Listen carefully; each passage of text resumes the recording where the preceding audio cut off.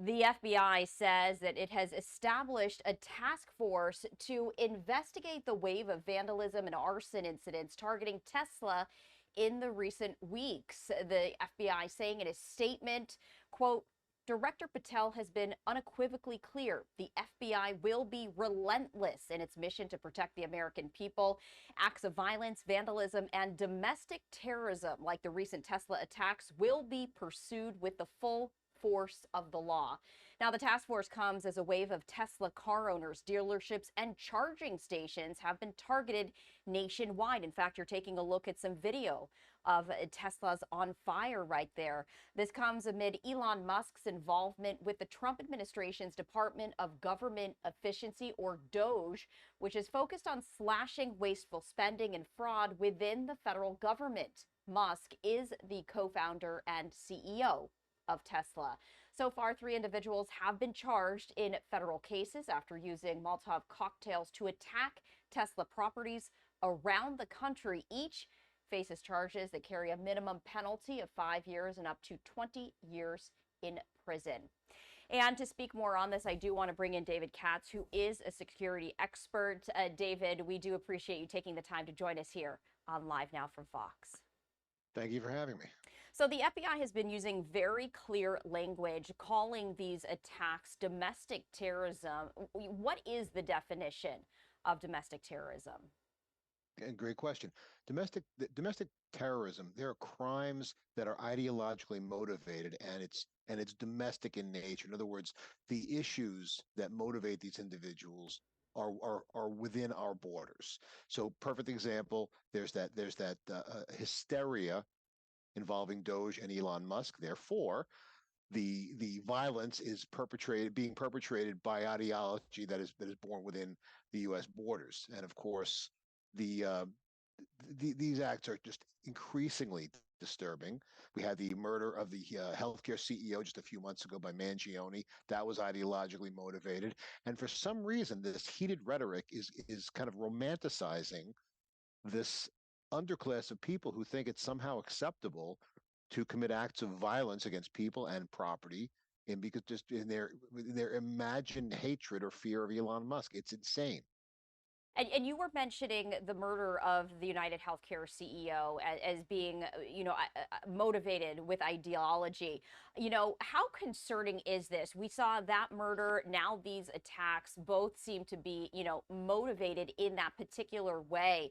How concerning is it that there appears to be an increase in these types of crimes and attacks? It's very absurd. I mean, look, these are people who are very, very susceptible to being manipulated. And don't make no mistake, this is manipulation. With respect to Mangione, I mean, the guy's got marriage proposals. He's a fan. I mean, he's like a celebrity, but he perpetrated an act of cold-blooded murder. He killed a husband. He killed a father. I don't care what your motivation is. So this has become like the new Robin Hood.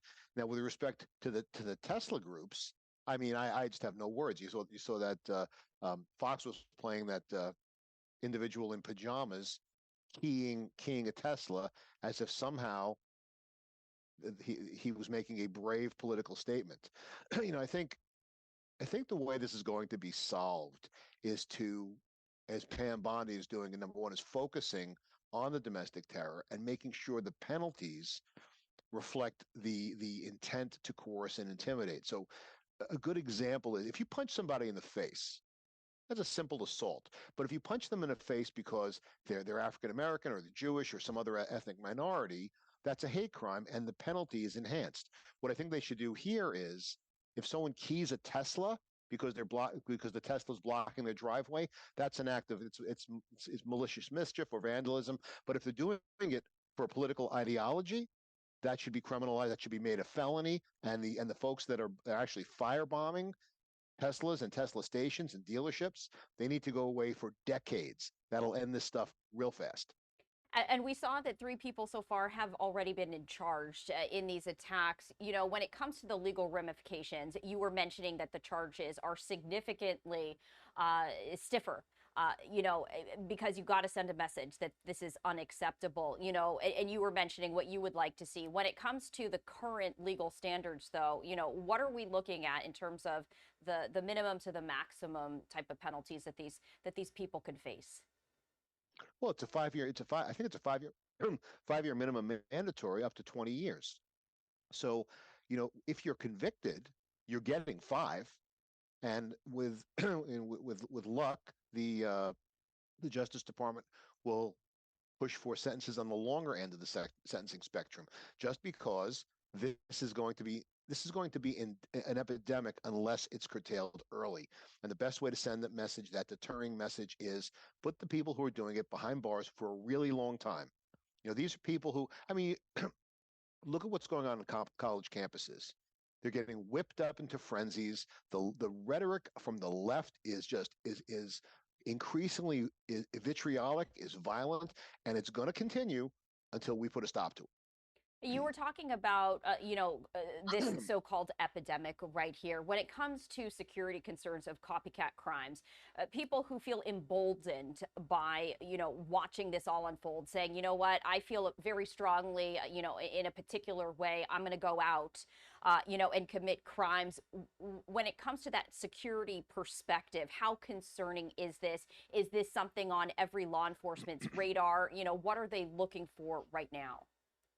Well, yeah, I'm sure Tesla dealerships are getting special attention, for example, and charging stations.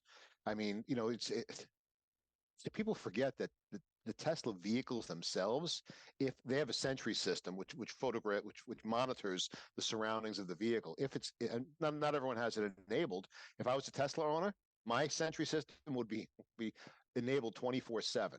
So they're picking the wrong target. Elon Musk has the assets to make sure there is sufficient camera coverage on all the dealerships, around the dealerships, the charging stations, and it's going to be old-fashioned law enforcement. You're going to see people come up, perpetrate these acts. You're going to track them down and arrest and prosecute them. It's not going to be a very difficult task.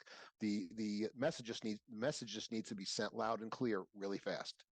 And I wanted to show this video right here for our viewers because I mean it's just incredible, how people feel, and I use the word emboldened. They feel empowered that they can actually do this. When you first saw video and you first heard about these attacks, what immediately did you think of in terms of that security perspective, in terms of possible future ramifications or future crimes?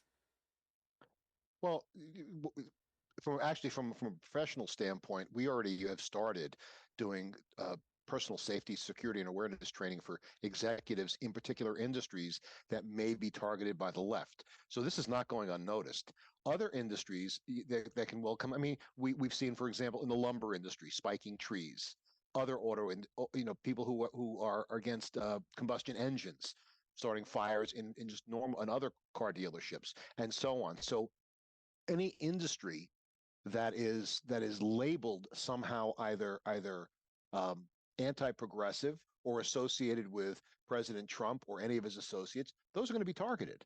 So, from a security standpoint, private companies need to beef up their own security, increase camera coverage, and make sure the local precinct is aware that they have these concerns, work in conjunction with law enforcement, and with luck, they'll catch a few of these perpetrators, and the example should be sufficient to deter future actions. And that's what it's all about, making sure that the message is sent. When it comes to the FBI establishing this task force investigating these attacks, what specifically is the FBI going to be investigating? Well, number one, when you set up a task force, it's not just FBI agents. You're going to bring in other agencies, state, local police officers, other federal agencies with various degrees of expertise. It's vitally important in a task force to get local law enforcement to assist. It's their turf, it's their neighborhood. They're well aware of the dynamics in their particular locality. And what they'll do is they'll bring the power of the federal justice system to prosecute individuals which in many cases, or who in many cases would not be prosecuted. Give you a perfect example. Remember the riots in the by the Portland courthouse. You have you have a city, Portland, in a state, Oregon, where they not only turned a blind eye to acts like this, but they actually support it.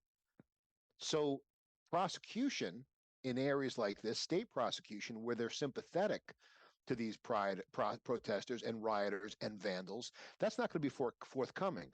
However, when you say, okay, we're bringing in the federal justice system, we're going to bring in federal prosecutors, that local, I guess, security blanket that a lot of these individuals have enjoyed for very many years, that's going to be taken away. And if you'll notice, a lot of these acts, where are they occurring? In Washington, in Portland, in California, in places where they're pretty sure they're not going to have the book thrown at them, or at least if it's thrown, it's not going to be thrown very hard. Well, it's going to be interesting to see what the FBI, and as you mentioned, in conjunction with the local and state agencies, find out as this task force continues to investigate these attacks on Tesla and the products. David, we do appreciate you taking the time to join us here on Live Now from Fox. My pleasure.